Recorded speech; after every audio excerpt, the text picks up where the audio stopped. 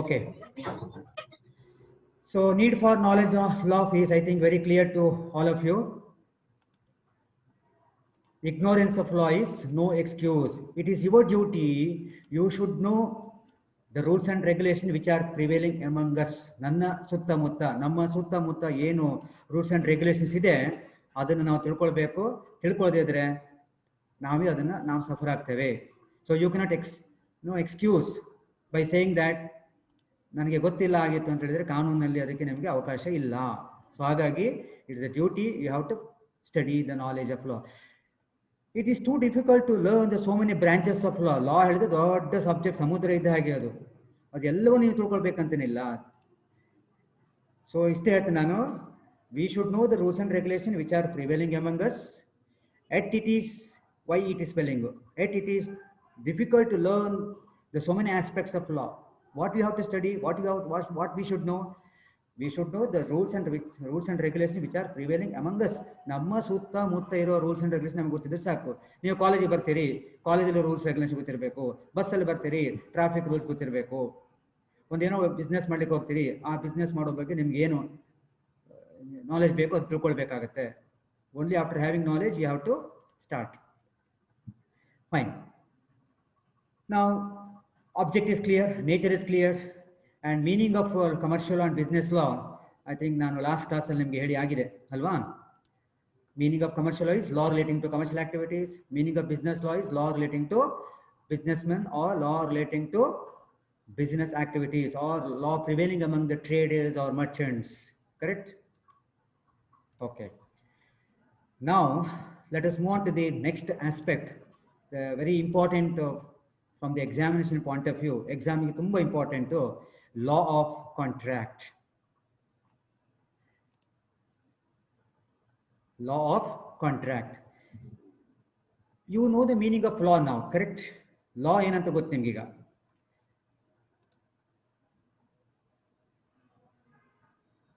Law of contract ಹೇಳಿದ್ರೇನು? What is contract? ಆಮೇಲೆ contract ಅಲ್ಲಿ ಕಾಂಟ್ರಾಕ್ಟ್ಗೂ ಮತ್ತು ಅಗ್ರಿಮೆಂಟ್ಗೂ ವ್ಯತ್ಯಾಸ ಇದೆಯಾ? ಇದೆಲ್ಲ ನಿಮಗೆ ತಿಳ್ಕೊಳ್ಬೇಕಾಗತ್ತೆ. ಅಗ್ರಿಮೆಂಟ್ಗೂ ಕಾಂಟ್ರಾಕ್ಟ್ಗೂ ವ್ಯತ್ಯಾಸ ಏನು?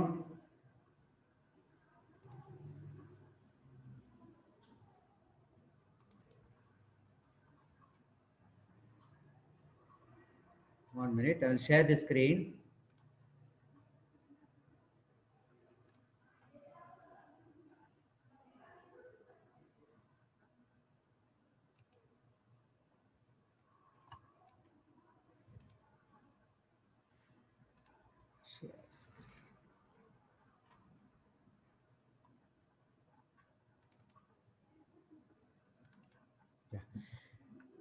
ಈಗ ನಿಮಗೆ ಇನ್ನೊಂದು ಸ್ಕ್ರೀನ್ ಕಾಣ್ತಾ ಉಂಟು. ಈಗ ಡೆಫಿನೇಷನ್ ಆಫ್ ಕಾಂಟ್ರಾಕ್ಟ್ ಕಾಣ್ತಾ ಇದೆಯಾ? Is it visible to you? Definition of contract slide ಯಾರಾದ್ರೂ ಒಬ್ಬರು ರಿಪ್ಲೈ ಕೊಡಿ ಪ್ಲೀಸ್. ಡೆಫಿನೇಷನ್ ಆಫ್ ಕಾಂಟ್ರಾಕ್ಟ್ ನಿಮಗೆ ಕಾಣ್ತಾ ಉಂಟಾ?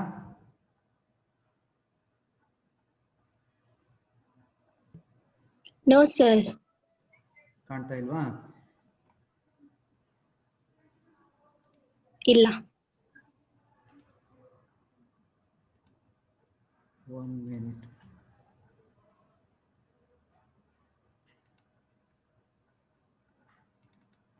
Share screen. Minute 2.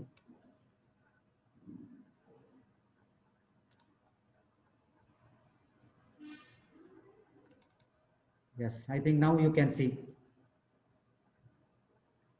ಈಗ ಕಾಣ್ತಾ ಉಂಟಲ್ಲ? Definition of contract.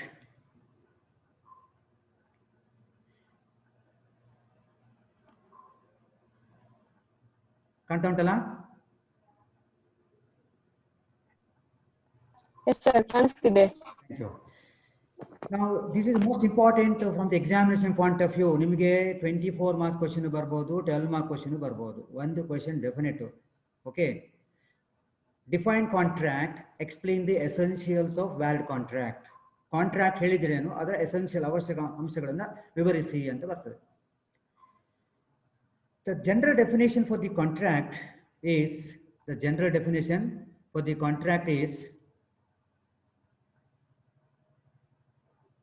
it's an agreement made between two or more persons. ಇದು ಜನರಲ್ ಡೆಫಿನೇಷನ್. ನಾನು ನೀವು ಹೇಳೋ ಡೆಫಿನೇಷನ್. ಕಾಂಟ್ರಾಕ್ಟ್ ಹೇಳಿದ್ರೆ ಏನು ಕೇಳಿದ್ರೆ it's an agreement made between two or more persons. Now look at the sentence. What are the essentials? What are the inferences which we can draw from this definition? ಬರ್ಕೊಳ್ಳಿ. Okay, definition ಕಾಂಟ್ರಾಕ್ಟಿಗೆ general definition ಹೇಳುವಂಥದ್ದು. General definition ಇದೆ, ನಾನು ಮತ್ತೆ ನೀವು general public ಹೇಳುವಂಥ definition ಇದು, ಯಾರೋ ಹೇಳಿದಲ್ಲ. Contract is defined as an agreement made between two or more persons. So what inferences we can draw from this is, to have a contract, my dear students, ಕರೆಕ್ಟಾಗಿ ಕೇಳ್ಕೊಳ್ಳಿ. ಇದು basic chapter ಇದು. ಇದು ಅರ್ಥ ಆದ ಮುಂದಿನ ಚಾಪ್ಟರ್ ಈಸಿಯಾಗಿ ಹೋಗ್ತದೆ. ನಾನು ಮುಂದಿನ ಚಾಪ್ಟರ್ ಕೆಲವು ನಿಮ್ಗೆ ಆಡಿಯೋ ರೆಕಾರ್ಡ್ ಕಳಿಸ್ತೇನೆ ಆಯ್ತಾ. ಇದು ಯಾಕಂದ್ರೆ ತುಂಬಾ ಇಂಪಾರ್ಟೆಂಟ್ ಚಾಪ್ಟರ್, ಆದ ಕಾರಣ 2-3 ಕ್ಲಾಸ್ ನನಗೆ ಲೈವ್ ಮಾಡ್ತೇನೆ. To have a contract, what is required is, first we need agreement. Without agreement, you can't see the contract. So to have a contract, what is must? Agreement is must. No agreement means no contract. Okay, inference 1 is we need agreement. The second inferences which we can draw from this definition is, minimum 2 persons are required. Minimum 2 persons. ನಾನು ಏನು ಹೇಳಿದೆ ನಿಮಗೆ definition? 2 or more persons. Correct ಅಲ್ಲ? 2 or more persons. Contract is an agreement made between 2 or more persons. ಹಾಗಿದ್ರೆ ಈ definition 2 point ನಾವು ಹೇಳ್ಬೋದು. We can note down. ಒಂದು ಅಗ್ರಿಮೆಂಟ್ ಬೇಕು ಅಂತ ಆಯ್ತು, ಇನ್ನೊಂದು ಮಿನಿಮಮ್ 2 persons ಬೇಕು.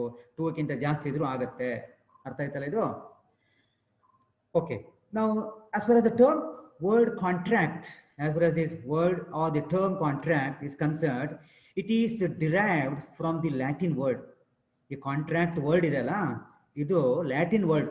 It is derived from the Latin word contractum. Spelling ಬೇಕಿದ್ರೆ ಬರ್ಕೊಳ್ಳಿ.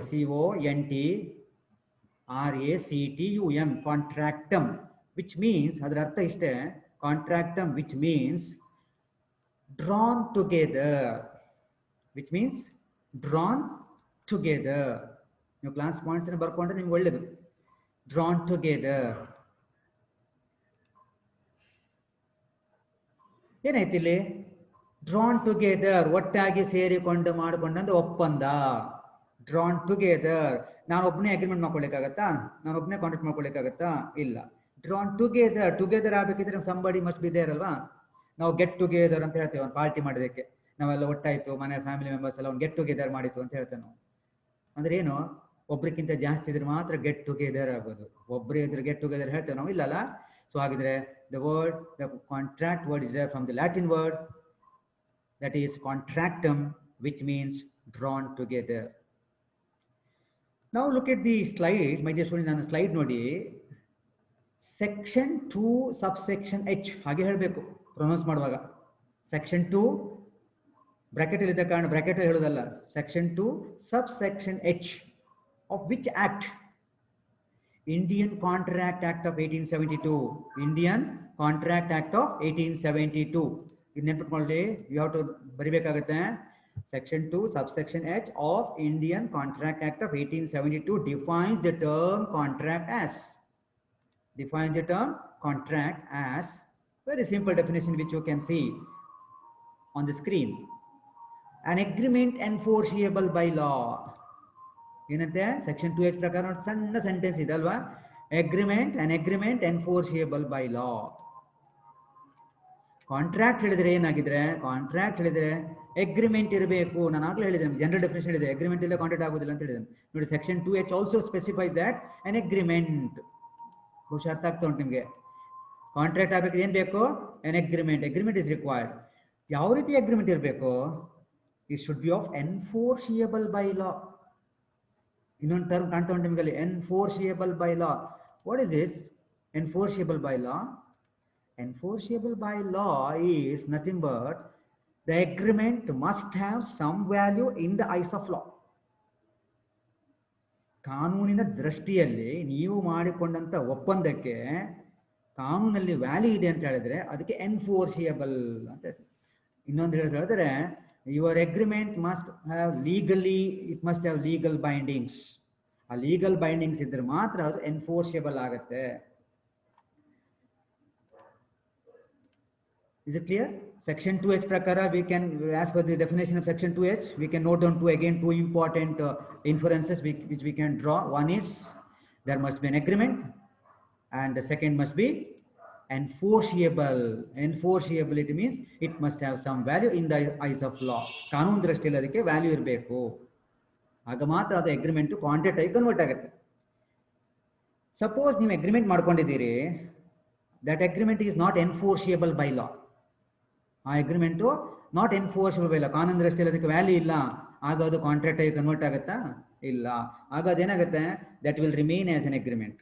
ಹಾಗಿದ್ರೆ ನಾವು conclude that an agreement to become a contract, ಒಂದು ಅಗ್ರಿಮೆಂಟ್ ಕಾಂಟ್ರಾಕ್ಟ್ ಆಗಿ ಕನ್ವರ್ಟ್ ಆಗಬೇಕಿದ್ರೆ, ಒಂದು ಅಗ್ರಿಮೆಂಟ್ ಕಾಂಟ್ರಾಕ್ಟ್ ಆಗಿ ಕನ್ವರ್ಟ್ ಆಗಬೇಕಿದ್ರೆ ವಾಟ್ ಈಸ್ ಮಸ್ಟ್?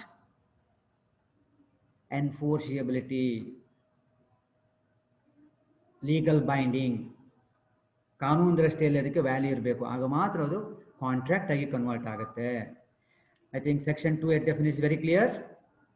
ಯಾರಿಗೂ ಡೌಟ್ ಇದೆಯಾ? If you have doubt, definitely you can ask your questions. If there is no question from you, I will continue.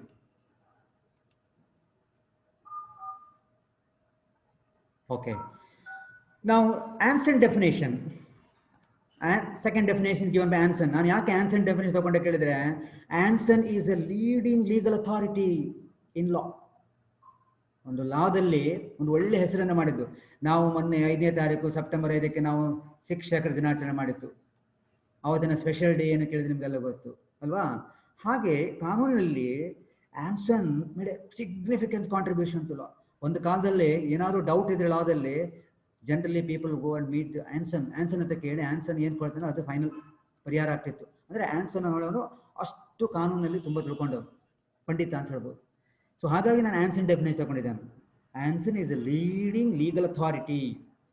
ನೀವು definition ಓದಿ ಮಕ್ಕಳೇ, ಒಂದು ನಿಮಿಷ ನಿಮ್ಗೆ ಟೈಮ್ ಕೊಡ್ತೇನೆ, ಯಾಕಂದ್ರೆ ನೀವು ಸಹ ಓದಿ ಅರ್ಥ ಮಾಡ್ಕೊಳ್ಬೇಕು. ಯುವರ್ ಇನ್ ಹೈಯರ್ ಎಜುಕೇಷನ್, ಎಲ್ಲ ನಾವು ಅರ್ಥ ಮಾಡೋದಲ್ಲ. ಓಕೆ, ಓದಿ ಅರ್ಥ ಮಾಡ್ಕೊಳ್ಳಿ.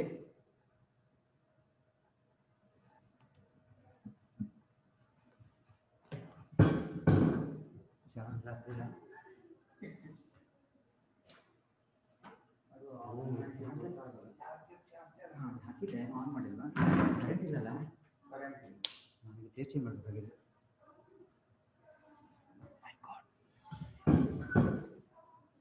ಓಕೆ,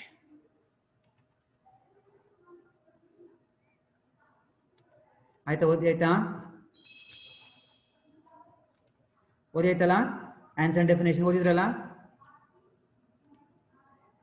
ನೋಡಿ, ಆನ್ಸನ್ ಪ್ರಕಾರ contract, Anson define the term contract as. ನೀವು ಎಕ್ಸಾಂಪಲ್ ಆಗಿ ಬರೀಬೇಕು, ಹೀಗೆ ಇದಾಗ ಬರೋದಲ್ಲ, ಸೆಂಟೆನ್ಸ್ ಮಾಡಬೇಕು. ಏನು? ಅಕಾರ್ಡಿಂಗ್ ಟು ಆನ್ಸನ್, ಅಥವಾ Anson define the term contract as.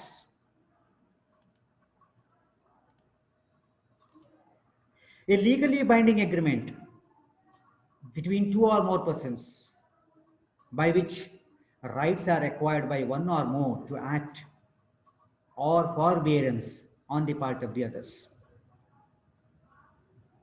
Now, can we note down the inferences? The definition of ಏನು ತಿಳ್ಕೊಳ್ಬಹುದು ಹೇಳ್ಬೋದಾ? A legally binding agreement.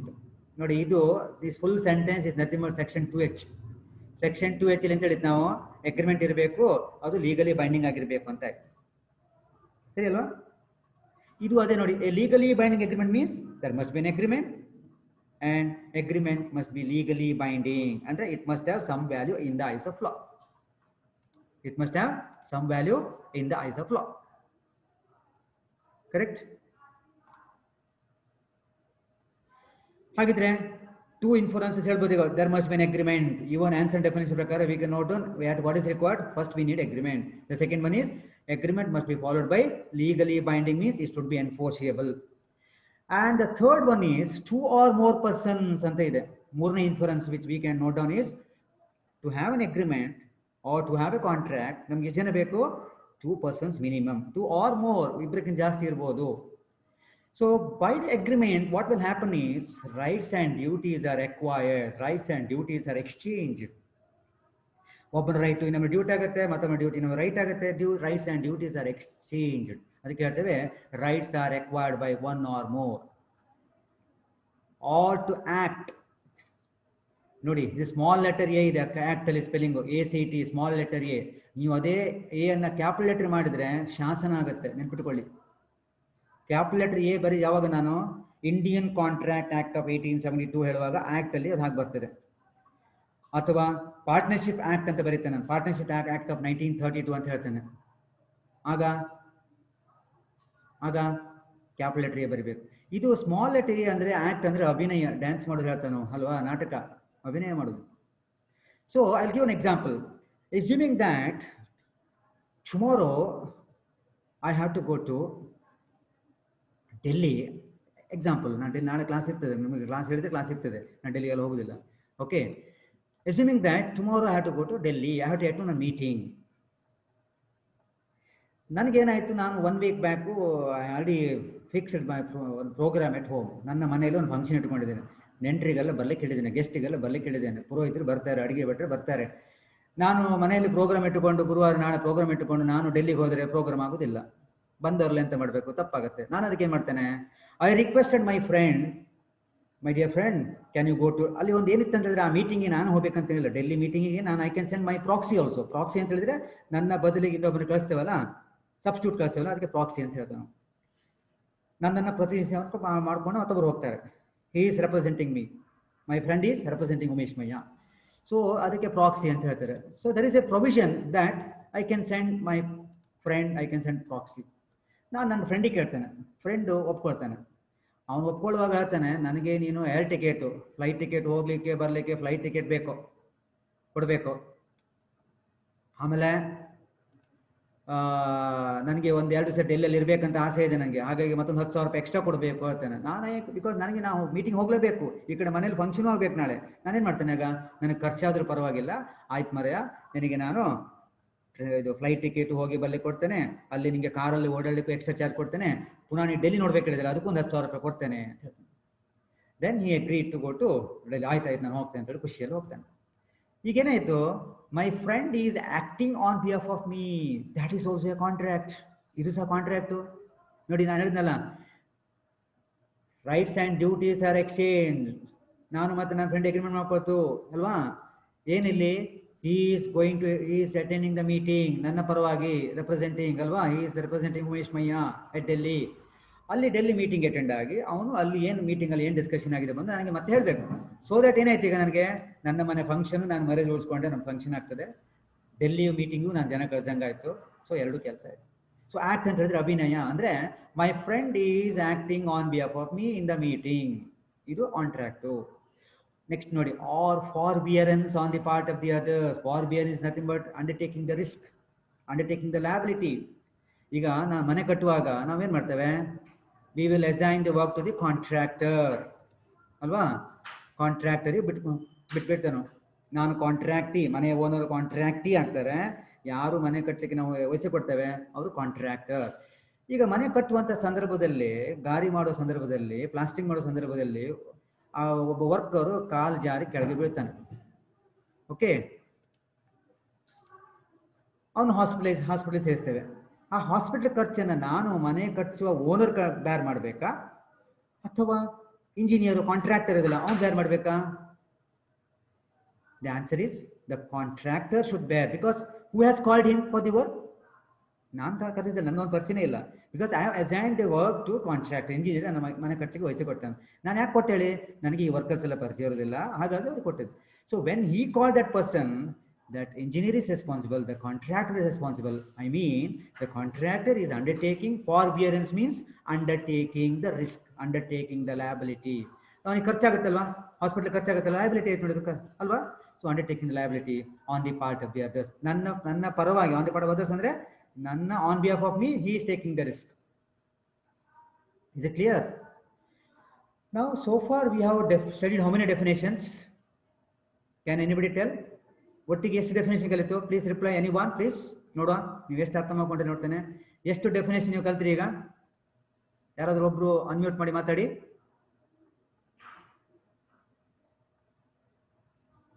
ಯಾರಾದ್ರೊಬ್ರು unmute ಮಾಡಿ ಮಾತಾಡಿ. How many definitions you have studied so far as far as the term contract is concerned? Contract ಗೆ ಸಂಬಂಧಪಟ್ಟಾಗ ಎಷ್ಟು definition ಕಲಿತು?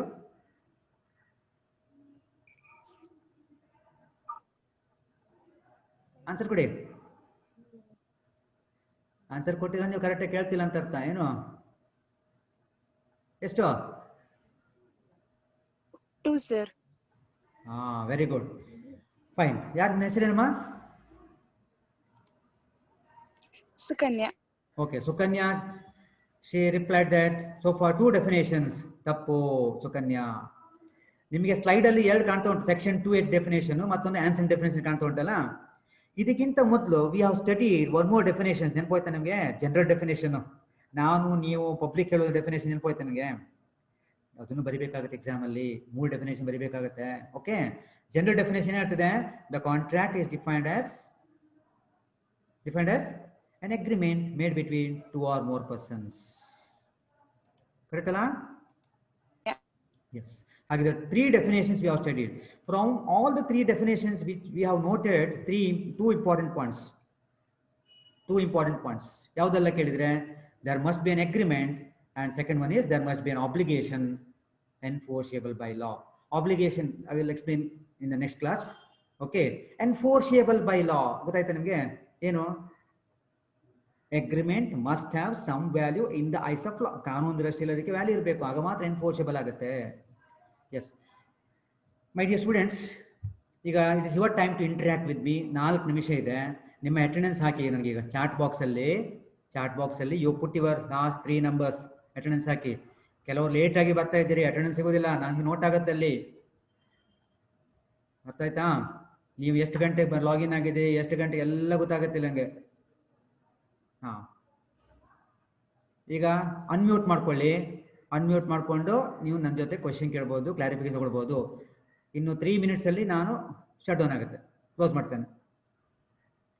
ಬೇಗ attendance ಹಾಕಿ, chat ಬಾಕ್ಸಲ್ಲಿ ಹಾಕಿ. S, ಹಾಕ್ತಾ ಇದ್ದೀರಿ, ವೆರಿ ಗುಡ್. ಲಾಸ್ಟ್ 3 ನಂಬರ್ಸ್ ಸಾಕು, ಹೆಸರು ಆಟೋಮೆಟಿಕ್ ಬರ್ತಿದೆ.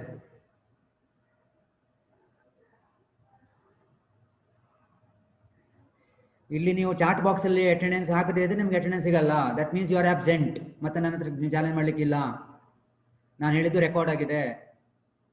ನೀವು ನಾಳೆ ಕೋರ್ಟಿಗೆ ಹೋದ್ರು ಸಹ ನಾನೇ ವಿನ್ ಆಗೋದು.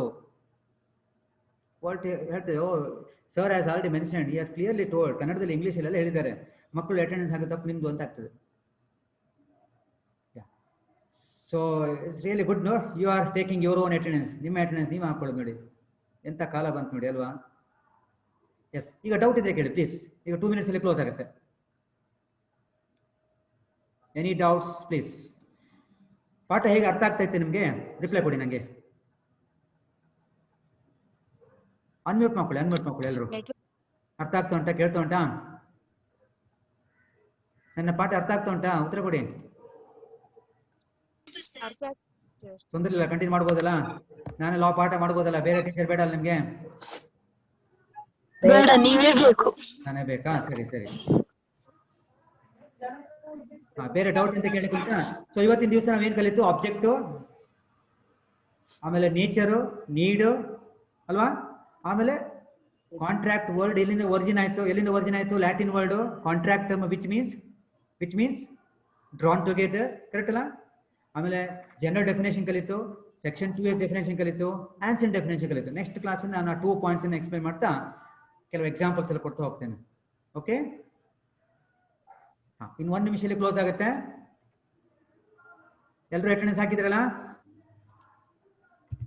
ನಾನು ಟೈಪ್ ಮಾಡ್ತೇನೆ ಥ್ಯಾಂಕ್ ಯು ಅಂತ. ಎಸ್, ಥ್ಯಾಂಕ್ ಯು ಬಂತ ನಿಮ್ಗೆ? ಸಿಕ್ಕಿತಲ್ಲ? ಎಸ್. ಸೊ ಹಾಗಿದ್ರೆ ವೈಂಡ್ ಅಪ್ ಮಾಡ್ಲಾ?